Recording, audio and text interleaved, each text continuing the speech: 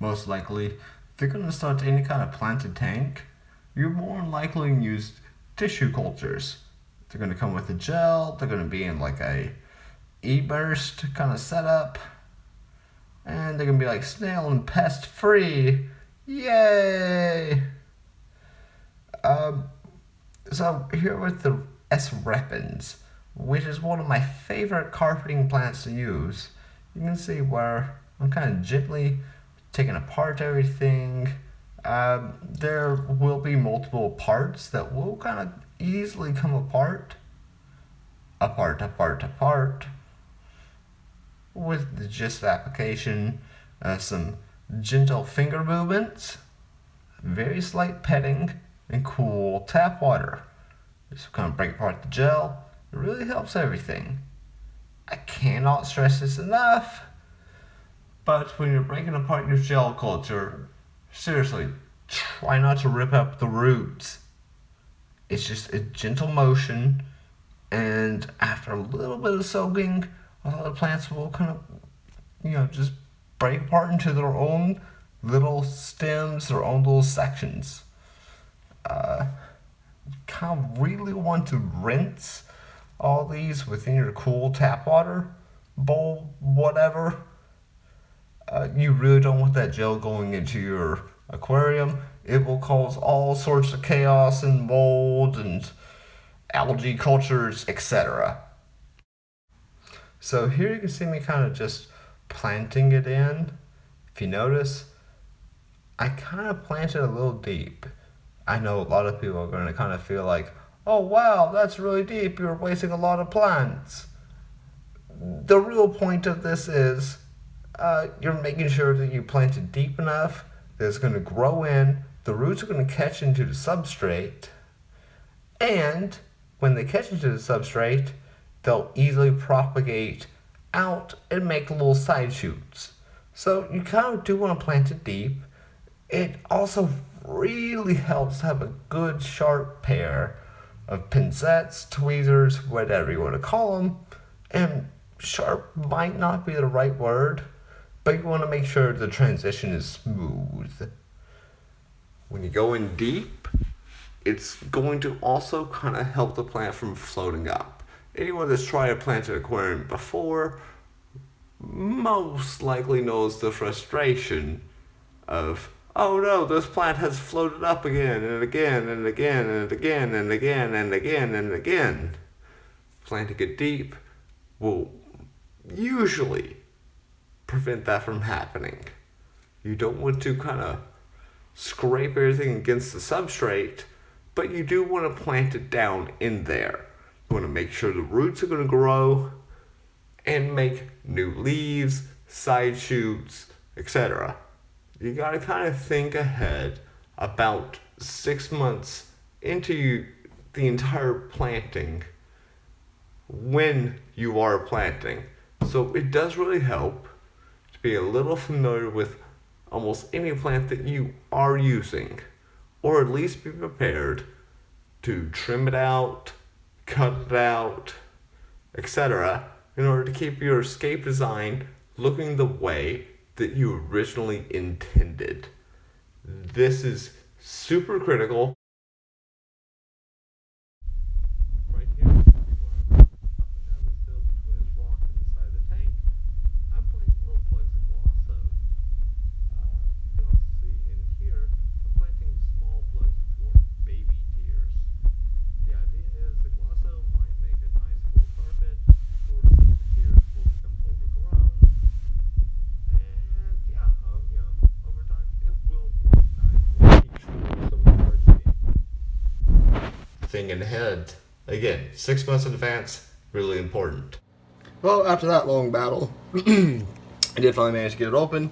And just kind of give a gentle little tug.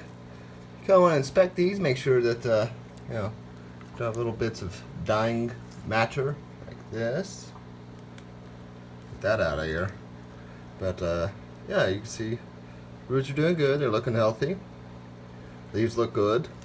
Let that kind of soak in a little bit more. Same thing with this one. Yeah, a lot of times you end up with 2 plants inside of just one of those little tubes. So, yeah. Well, one of the major things people have a problem with when they get these plants is, they're commonly available. A lot of people get a tissue culture plant the first time, and after about a week or so, they're like, "Oh no, my plant's dying. What's going on?" Well, things like Anubias, you want to make sure. If this will focus. See this kind of thing? There we go. See that thing where the roots are coming off of? That's the rhizome. You don't ever want to bury the rhizome. The rhizome's basically the whole nutrient gatherer of the plant. And then, yeah, these roots will kind of go down into the substrate on their own. Let them do it on their own. It doesn't need any help. It just needs to be attached to something. It's going to be still enough. So let this thing kind of attach all on its own. But, yeah, most tissue culture plants, after about a week or 2 in the water, they will kind of melt back. They look like they're dying. Just leave them alone. They will work. Okay? They will work. And now if we look back into this, I can't wait for this cloudiness to go away. If we look back in here, you can see I didn't really shove it into anything. I just kind of pinched it between some driftwood. Same thing up here. I just found a wedge inside of, between 2 parts of it. Wedge that thing down in there, and just not too tight, just kind of loose. And yeah, it will grow there. Believe me, it will grow there. Next up, we got my Amazon compacta. Love this plant. You can see it back in there. See it over there in the cichlid tank. It's in almost all my larger aquariums. But yeah, this is how you open one of these tubes, alright? Okay, you can sit around picking it all day.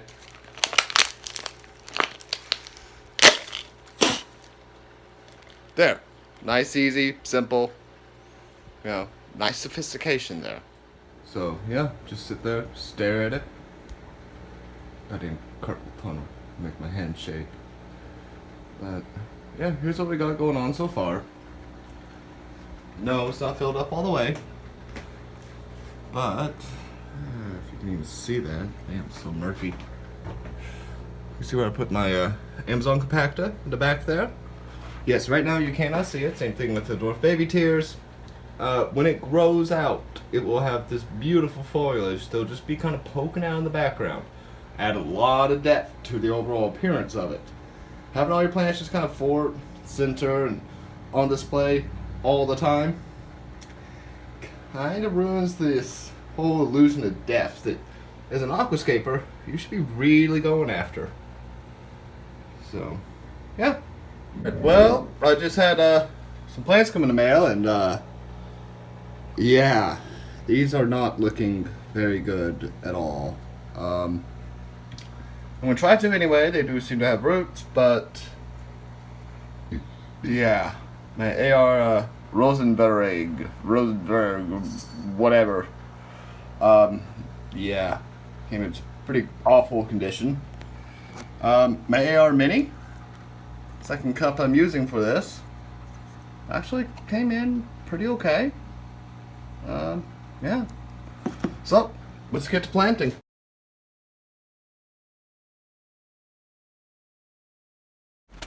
And now we're going to kind of watch me just kind of plant the Arthurinica Reniki Mini down to the substrate, exactly where I want it.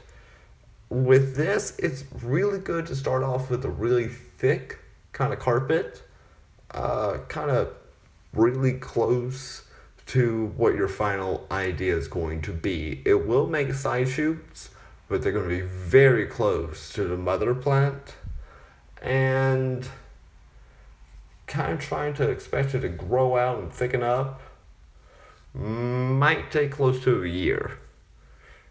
These plants really kind of poke through with a really bright red over time once they're used to the tank, and if they give enough light, nutrients, And I preferred starting off with CO2.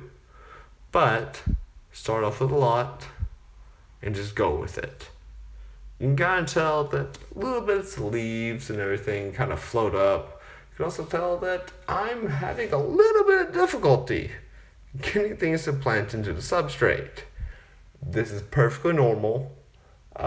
This is just really a hard plant to get seeded into the substrate the way you want it the first time. Now, there are additives out there, and there are certain types of substrate that are really lightweight that you can use that really will make it easy. But I prefer just to keep to simple old eco-complete, save my money, do it the hard way. Stem plant super red, Ludwigia mini, shove it down somewhere. It'll do. This is a very critical part. Just sit there, have a beer. Yes, a beer. There is no other drink. It has to be beer. You just kind of stare at your aquarium.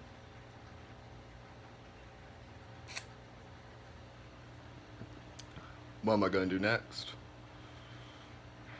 These plants look right? Oh. So, yeah. I'm trying this inline CO2 diffuser. And this is kind of what it's doing. It's just saying like a spray of super duper tiny bubbles. Like, you know, these things are super tiny. They're going all the way through the tank, etc. So, I guess the CO2 is being pumped in. We'll see. Maybe my regulator just needs to kind of check itself. Yeah, I'll let you guys know. After a few days, we can see the tank again. You can see some new growth going on. You can also see where I've added some Brazilian pennywort here and there, some criticorn undulata sproutings, etc. These things are just kind of grow in, fill in the tank. I'm really hoping that pennywort's going to kind of bloom up, cover up the whole central filtration all-in-one unit. We'll see. So, yeah, now it's been a couple days. My fish room is an absolute mess.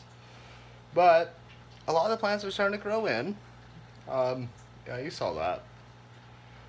I've now started adding a little bit of CO2 into the line.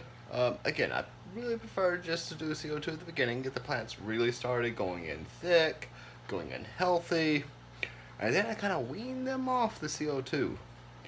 I'll do more about that later, but yeah, I'm happy with it so far, and well, stay tuned for the next one. We're gonna do some more info about little things and whatnot, and then we're gonna start getting into the livestock of the whole tank.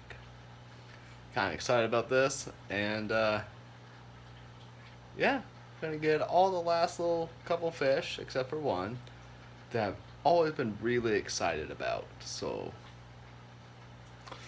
yeah, I'm gonna really enjoy this tank.